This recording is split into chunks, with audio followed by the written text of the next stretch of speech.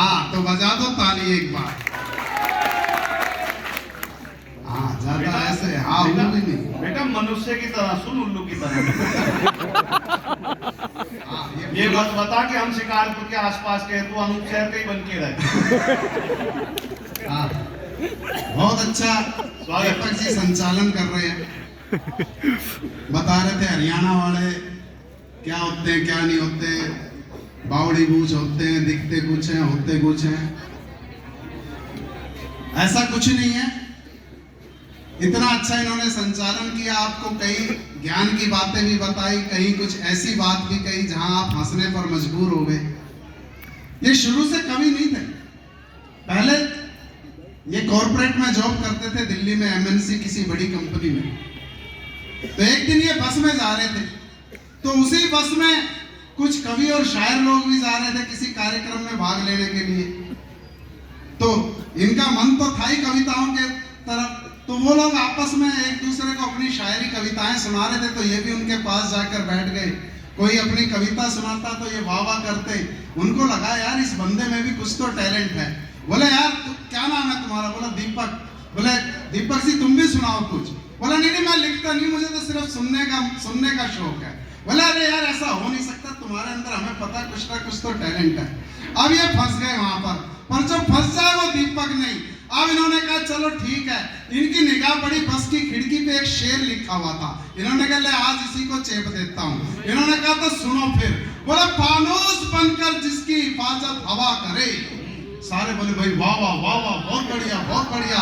वो जोश में एक शायर खड़ा ही हो गया, और खड़ा भी उस खिड़की के सामने हो गया जिस पर वो शेर लिखा हुआ था।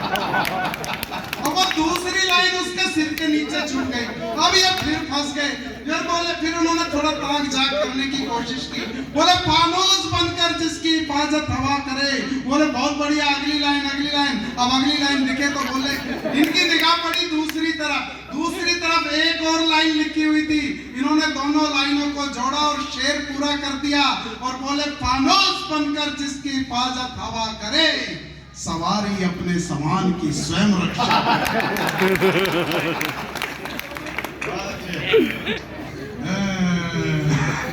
ताऊ के लिए एक बार तालियां बजा। हाँ बहुत बढ़िया, ताऊ अपनी पूरी तरंग में है। और मैं तो हाँ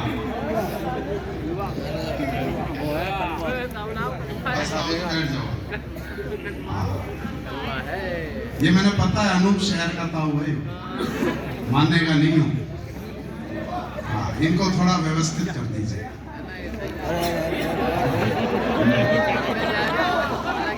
थोड़ा व्यवस्थित नहीं बेटा, पूर्ण व्यवस्थित। हाँ।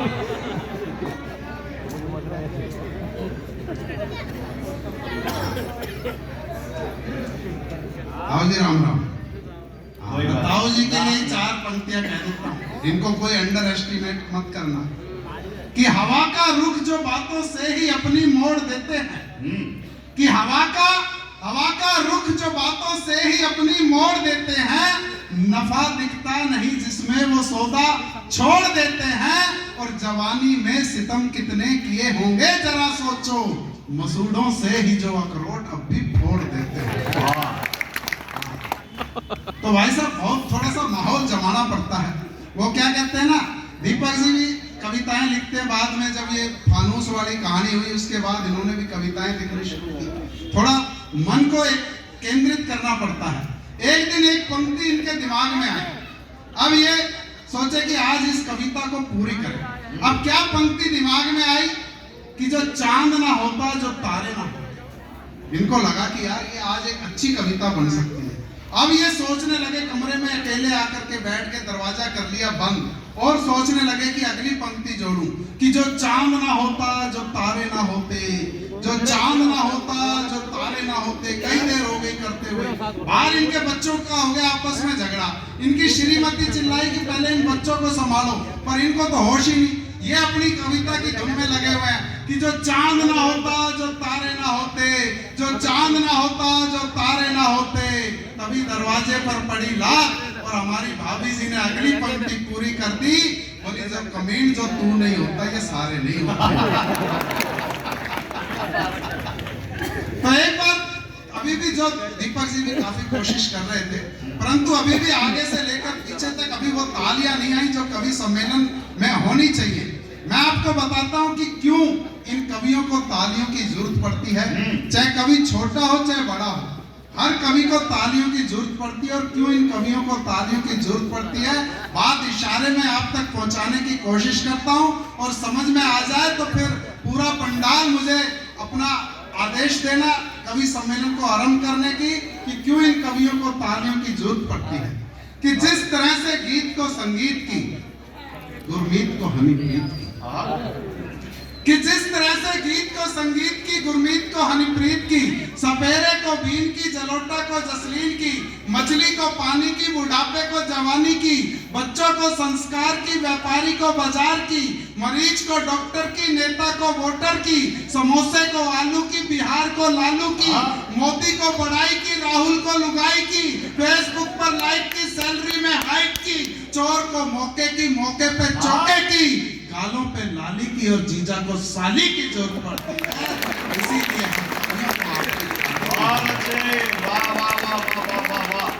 तो बजाओ सर एक बार जोर से ताली, जय काली कलकत्ते वाली, कोई कवि और जो ना पीटे अब भी ताली, उसको पीटेगी घरवाली। हाँ, आ रहा मजा? हाँ, पर मजा लेना अपनी जिम्मेदारी पर। हाँ, किसी और की रीस करोगे तो लेने के देने भी पड़ सकते हैं। मुझे तो याद आता है एक बार वो हवाई जहाज में एक बंदर और तोता सफर कर रहे थे। अचानक तोते को एक शरारत सूझी, उसने घंटी बजा दी। तुरंत आई एयर होस्टेस हाथ जोड़कर बोली, हाँ जी बताइए सर, मैं आपके लिए क्या कर सकती हूँ। तोता बोला, मैं तो मजे ले रहा था। बंदर ने देखा, यार ये बहुत अच्छा तरीका है मजे लेने का, तू भी ट्राई कर। बंदर ने भी घंटी बजा दी। तुरंत फिर आई एयर होस्टेस, हाँ जी बताइए सर, मैं आपके लिए क्या कर सकती हूँ। बंदर बोला, मैं तो मजे ले रहा था। अब भाई साहब उनको तो मिल गया खेल, कभी तोता घंटी बजाए, कभी बंदर घंटी बजाए। जैसे एयर होस्टेस आए, मैं तो मजे ले रहा था। एयर होस्टेस हो गई परेशान, उसने जाके कर दी पायलट से शिकायत। पायलट को आया गुस्सा, उसने कहा इन दोनों को नीचे फेंक दो। अब जैसे ही उड़ते हुए हवाई जहाज से दोनों को नीचे फेंकने लगे, तोते ने बंदर से सवाल किया, बोला उड़ना आता है? बोला उड़ना तो नहीं आता। तो बोला फिर क्यों मजे ले रहा था? कि बेरुखी में मजा नहीं आता, बेबसी में मजा नहीं आता, और जब तलक मार पड़ नहीं जाती, आशिकी में मजा नहीं आता। और ये है अनूप शहर। मुझे पता है यहाँ के लोग बेरुखी में भी मजा लेना जानते हैं और बेबसी में भी मजा लेना जानते हैं। एक बार गंगा मैया में बाढ़ आ गई थी, यहीं के पास का एक गांव बिल्कुल डूबने के कगार पर आ गया। सेना की मदद मांगी गई, सेना के हेलीकॉप्टर आए गांव वालों को सुरक्षित बाहर निकालने के लिए। भाई साहब पूरे 4 घंटे तक बचाव अभियान चलता रहा। आखिर में जो सेना का कमांडर था, उसने सरपंच को बुलाया, बोला मुझे बताया गया था कि आपके गांव में 500 लोग रहते हैं, 1500 लोगों को हम निकाल चुके, 500 अभी भी नजर आ रहे, गड़बड़ कहाँ है? सरपंच बोला, साहब देखो गुस्सा मत करना, ये बेचारे गांव के गरीब भोले भाले लोग हैं, ये बैलगाड़ी घोड़ा गाड़ी में सफर करते हैं, पैदल यात्रा करते हैं, आज तक इन्होंने कार का मुंह नहीं देखा, आप तो इनको हेलीकॉप्टर में ले जा रहे हो। बोले जहां उतार करके आते हो तैर कर फिर वापस आ जाते हो। और बोला भगवान कसम 2 बार तो मैं भी आ चुका। हाँ। देश में इस वक्त चुनावों का माहौल था पिछले 2 महीनों से। अभी 30 नवंबर को चुनाव समाप्त हुए, तब से ही एग्जिट पोल आने शुरू हो गए।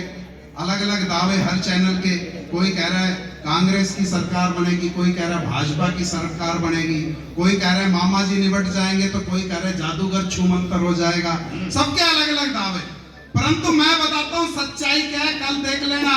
जो मैं बता रहा हूँ वही परिणाम आएगा, और बात आप तक पहुंचनी चाहिए, और सही लगे तो ठग से तो पूरा पंडाल मुझे आशीर्वाद देना और नोट कर लेना। कल जब परिणाम आएंगे तो यही परिणाम होगा आपके सामने। क्या परिणाम होगा? कि मन को लुभाने वाले झूठे सच्चे वादे कर, कि मन को लुभाने वाले झूठे सच्चे वादे कर देश सेवा के बहाने वोट जोड़े जाएंगे। कैसे कैसे वादे उछाले जाते हैं, क्या क्या नारे दिए जाते हैं। आपको याद होगा पिछले चुनावों में 2019 के चुनावों में कांग्रेस ने एक नारा उछाला था, चौकीदार चोर है। तो तुरंत भाजपा की तरफ से काउंटर नारा आ गया, मैं भी चौकीदार। भाई साहब पूरे देश में बाढ़ सी आ गई, जिसे देखो मैं भी चौकीदार, मैं भी चौकीदार, मैं भी चौकीदार। हर किसी ने फेसबुक पर, सोशल मीडिया में अपना स्टेटस अपडेट कर दिया। ये हमारा चेतन चर्चित ये पहुंचा घर कवि सम्मेलन के बाद, तो इसने भी जाते ही शुरू हो गया, बोला मैं भी चौकीदार, मैं भी चौकीदार, मैं भी चौकीदार। इसकी माँ ने बुलाया, बोला इधर एक मारा कान के नीचे थप्पड़, बोली रात से तेरी बहू घर पे आई नहीं है, तू उसकी चौकीदारी कर ले, देश की बात में कर। बहुत अच्छे। मैं भी चौकीदार हूँ। और आपके यहाँ भाई साहब उत्तर प्रदेश में तो अजब गजब प्रयोग होते रहते हैं। आपने देखा होगा कि पहले एक बार अखिलेश यादव और राहुल गांधी ने गठबंधन किया था, उसके बाद पिछले चुनावों में बुआ भतीजे का गठबंधन हो गया, अखिलेश यादव और मायावती जी का। मैंने मायावती जी से सवाल पूछ लिया, मैं कि मायावती जी आप दोनों ने गठबंधन किया है, तो कम से कम राहुल गांधी को भी ले लेते और तुम्हारा गठबंधन मजबूत होता, कुछ और ताकत मिलती। बोली अच्छा मुझे बेवकूफ समझते हो तुम। मैं कि इसमें बेवकूफी वाली कौन सी बात होगी, राहुल गांधी भी तुम्हारे अगर गठबंधन में आ जाएंगे। तो बोली अच्छा जो आदमी 50 साल से घोड़ी पे नहीं चढ़ पाया, उसे हाथी की सवारी करवा दूं मैं। वाह भाई वाह।